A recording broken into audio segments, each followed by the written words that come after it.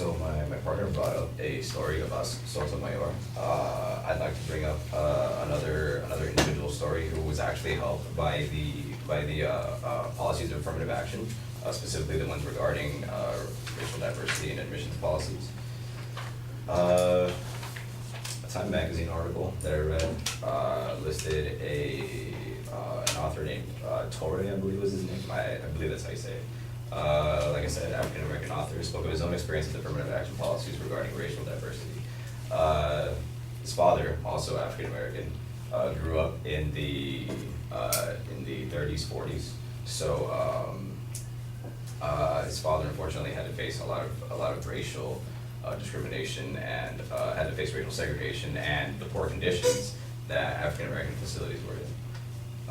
However, fortunately for Torre, it was much easier for him as he grew up in the 70s, right after affirmative action policies were set in place by the executive orders signed by John F. Kennedy.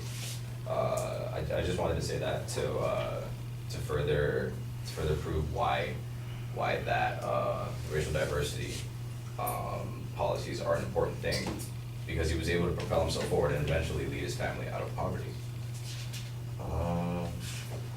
I'd also like to bring up a point that one of the advocates said about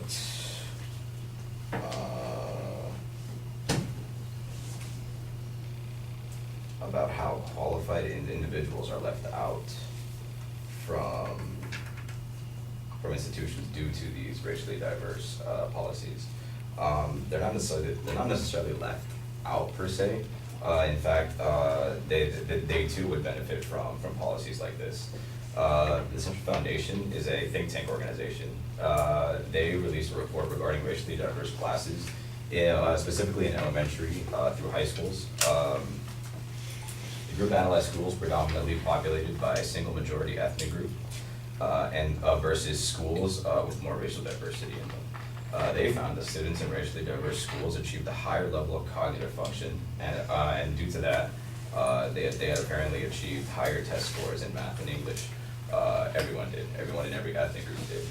Over the ones in the predominantly populated by single ethnic group schools. And in addition to that, the higher scores in fields of academics. The report also stated that there was a higher level of cooperation among the students. So that exposure to people of different ethnic backgrounds, it only served to make these kids curious about each other. They were able to learn a little bit more about them, and they explored just a little bit more about their ethnic cultures. Admittedly, these were studies conducted on young kids, young minds, but that doesn't take away the fact that there are indeed benefits in racial diversity, because the Central Foundation also found that, well, I already stated that the scores for I think for Hispanics and African Americans went up. Even for Caucasian Americans, they went up too. And so if that same result could be replicated in colleges, then why wouldn't we have those policies set in place still, where everyone could benefit?